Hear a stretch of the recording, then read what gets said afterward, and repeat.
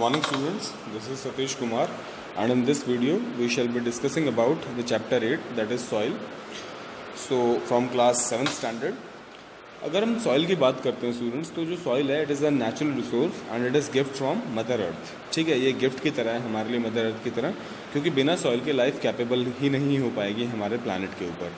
क्योंकि जो सॉइल है उसी के अंदर हमारे क्या होते हैं, प्लांट्स ग्रो करते हैं. और किसी भी फूड चेन में अगर आप देखते हैं तो जो प्लांट्स हैं दे कम एट द प्राइमरी लेवल. ठीक है, सबसे प्राइमरी लेवल पे हमारे प्लांट्स ही आते हैं.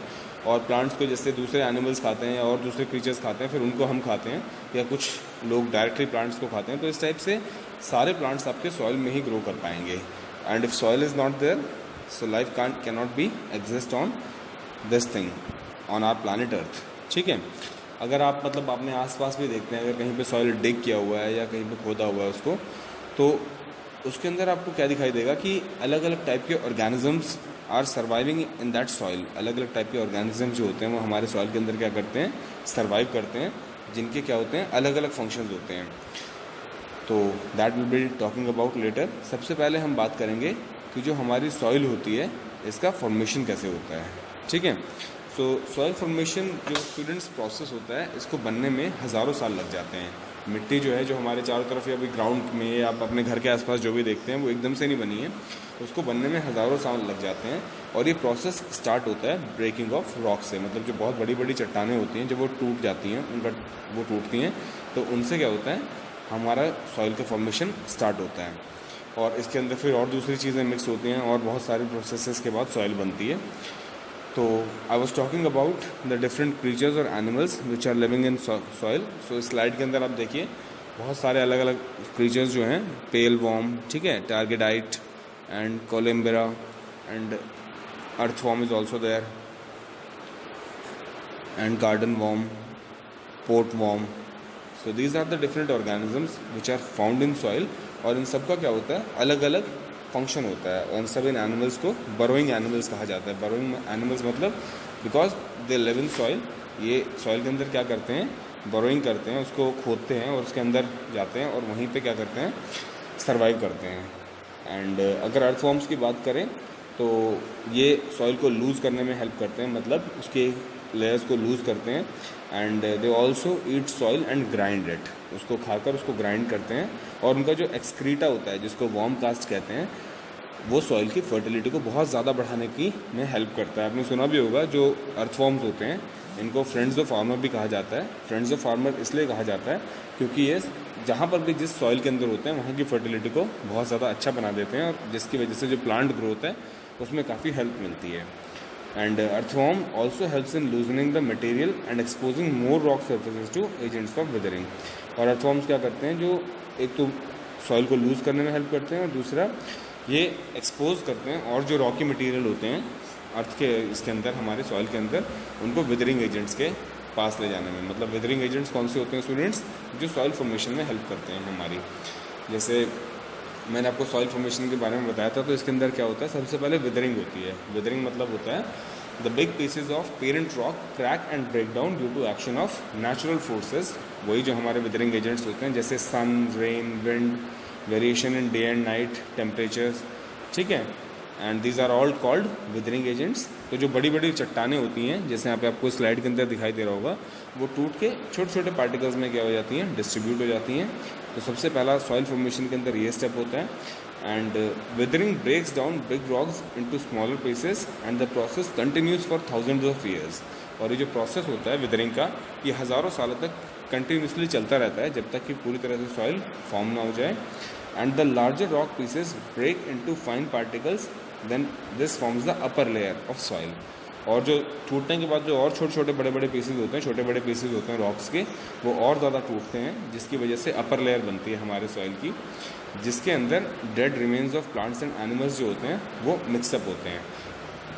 डेड रिमेन्स ऑफ प्लांट्स और एनिमल्स जैसे मतलब जो एनिमल्स मर जाते हैं, तो by the action of micro organisms जैसे बैक्टीरिया, फंजाई, प्रोटोजोआ, वो डिके होना स्टार्ट हो जाते हैं. और डिके होने के बाद जब वो इन विदरिंग रॉक्स के साथ मिलते हैं तो वो सॉइल की अपर लेयर बनाते हैं, जो बहुत ही फर्टाइल होती है.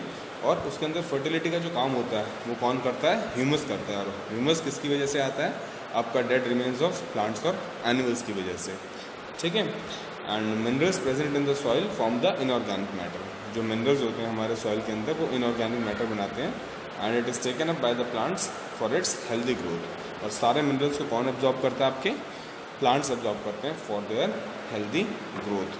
अगर हम इसके अलावा बात करें तो हमारा जो सॉइल होता है उसके अंदर और भी बहुत सारी चीज़ें होती हैं जिनकी वजह से हमारा जो प्लांट होता है उसकी नरिशमेंट होती है। सो इस टाइप से स्टूडेंट्स हमारी सॉइल जो होती है वो फॉर्म होती है। तो आपको पता रहना चाहिए कि सबसे पहले बड़ी जो रॉक्स होती हैं वो छोटे पीसेस में टूटती हैं और उन छोटे पीसेस को फिर और फाइन पार्टिकल्स में वो कन्वर्ट हो जाते हैं आफ्टर सम टाइम। दस the soil is composed of distinct layers. अब अगर हम बात करें सॉइल की तो जैसे मैंने आपको बताया कि रॉक्स के टूटने की वजह से सॉइल बनती है, तो सॉइल की सिर्फ एक लेयर नहीं होती है जो हमें ऊपर दिखाई देती है, सिर्फ ये एक लेयर नहीं है। जो सॉइल है इसके अंदर मल्टीपल क्या होती हैं? लेयर्स होती हैं। और 4 लेयर्स से मिलके बेसिकली जो आपके कोर्स में है उसमें 4 ही लेयर्स हैं, तो 4 लेयर्स से मिलके हमारा पूरा का पूरा सॉइल प्रोफाइल बनता है। सॉइल प्रोफाइल मतलब the different layers when taken in combined form of soil is known as soil profile. ठीक है, तो इस टाइप से हमारा सॉइल प्रोफाइल बनता है। इसके अंदर जो डिफरेंट लेयर्स होती हैं हम उसके बारे में बात करेंगे। जो नेक्स्ट स्लाइड आने वाली है उसमें आप देखेंगे कि जो हमारी सॉइल होती है वो किस टाइप से 4 अलग अलग लेयर्स में डिवाइडेड होती है। तो जो सबसे टॉप वाली लेयर होती है उसको टॉप सॉइल या ए होराइजन कहा जाता है। ठीक है, सबसे टॉप वाली लेयर जिस पे हमें हमारे जो प्लांट्स, ट्रीज़ या जो भी चीज़ें, जो ग्रास वगैरह जो भी उगती है, that is considered as top soil and it is the upper most part of the layer which is dark in colour and containing organic matter the humus.